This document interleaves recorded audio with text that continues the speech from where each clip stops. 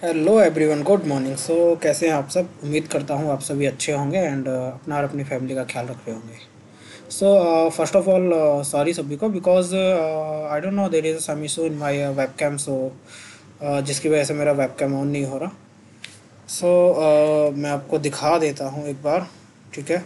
I don't know where is the problem, but हमें आज बिना वेब कैम के ही रिकॉर्डिंग करनी होगी। मैं कोशिश करूँगा कि जो भी कॉन्सेप्ट है वो आपको अच्छे से समझा सकूँ, इजी वे में समझा सकूँ, ठीक है। एंड प्रैक्टिकल पार्ट आज का कुछ खास है नहीं, आज का प्रैक्टिकल पार्ट हम स्किप करेंगे। जस्ट आज के टॉपिक पर हम डिस्कशन करेंगे। ओके। चलिए चल के देखते हैं आज के 100 डेज़ के शेड्यूल में क्या है। एंड देखते हैं कि आज हमारा कौन सा दिन है। आज हमारा 18th डे है। 18th डे 18वां दिन है। जल्दी हमको 20 डेज़ कंप्लीट होने वाले हैं, यानी कि हम 20% चैलेंज हम कंप्लीट कर चुके होंगे। आज का टॉपिक है sampling and central limit theorem. Sampling okay. Let's see, Google बाबा से पूछते हैं कि गूगल बाबा बताइए कि व्हाट इज सैम्पलिंग। गूगल बाबा, what is sampling? What is sampling? I know what is sampling. In statistics, quality assurance and survey methodology, यहाँ से नहीं, यहाँ देखते हैं। Sampling means selecting the group that you will actually collect data from in your research. For example, if you are researching the opinion of student in your university, you could survey a sample of 100 students. Okay, in statistics, sampling allow you to test a hypothesis about the characteristics of a population. That means यहाँ पे देखिए दो word use हुए हैं। पहला है population and दूसरा है सैम्पलिंग। सैम्पलिंग हमारे टॉपिक में है बट पॉपुलेशन हमारे टॉपिक में नहीं लिखा। मैं आपको एक चीज़ क्लियर कर देता हूँ कि पॉपुलेशन होती क्या है। पॉपुलेशन होती है जो भी डेटा हम कलेक्ट कर रहे हैं, जो भी टोटल कंप्लीट डेटा हमने कलेक्ट किया है वो हो जाता है हमारा पॉपुलेशन।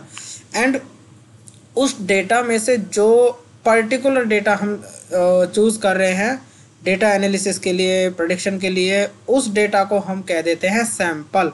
लेट सपोज कि 100 बच्चे हैं, ठीक है। 100 बच्चे हैं, 100 में से आप 10 बच्चों का बिहेवियर चेक कर रहे हो, ठीक है, जिसके बेसिस पे बाकी 100 बच्चों का बिहेवियर भी आप प्रेडिक्ट करोगे कि इनका बिहेवियर ऐसा हो सकता है। ओके। जो 10 बच्चे आपने सेलेक्ट किए वो सैंपल हो गया एंड जो 100 है वो टोटल हो गया, वो पॉपुलेशन हो गई, ठीक है।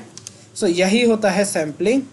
Okay, then central limit theorem.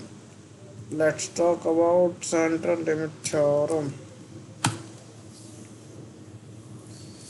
What is central limit theorem in simple term? Central limit theorem states that if you take sufficiently large samples from a population, the samples means will be normally distributed if the population is not normally distributed. If you take sufficiently large samples from a population, जो कि हम लेंगे, the samples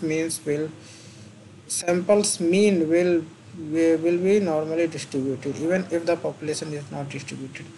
Okay, central limit of theorem कहता है कि जब भी हम किसी पॉपुलेशन से सैंपल्स लेंगे, ओके, जब भी हम रेंडमली सैंपल्स लेंगे तो इसको इस तरह से ले लेते हैं कि लेट सपोज 100 स्टूडेंट है, आपने 10 लिया, एक बार में 10 स्टूडेंट को सिलेक्ट किया, ठीक है।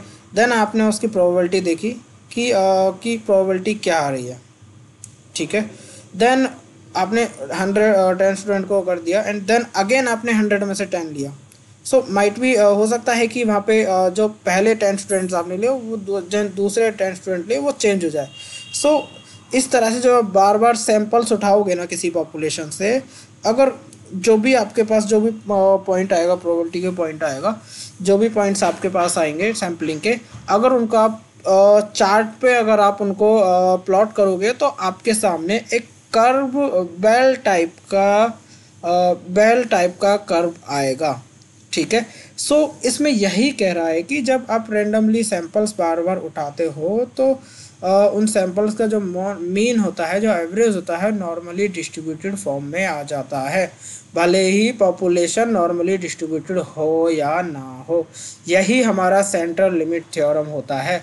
सेंट्रल लिमिट थ्योरम जो कि लिमिट वर्ड का यूज़ हो रहा है, सो लिमिट यहाँ पे ये है कि इस थ्योरम की मदद से हम जान सकते हैं कि जो हमारा चार्ट होगा, जो हमारा डेटा का फ्लो होगा, जो सैम्पलिंग का फ्लो होगा, वो किस लिमिट तक जाएगा। ओके, लाइक अगर आप सैम्पलिंग कर रहे हो तो देन देखिए ये हाईएस्ट पॉइंट है, इसके बाद जो कर्व जो है डाउन आ गया, सो ये इसकी लिमिट है, central limit theorem. So central limit theorem and sampling मैं आपको बता दिया हूँ, बस ये कुछ नहीं होता है, छोटी सी चीज़ें होती हैं, ठीक है।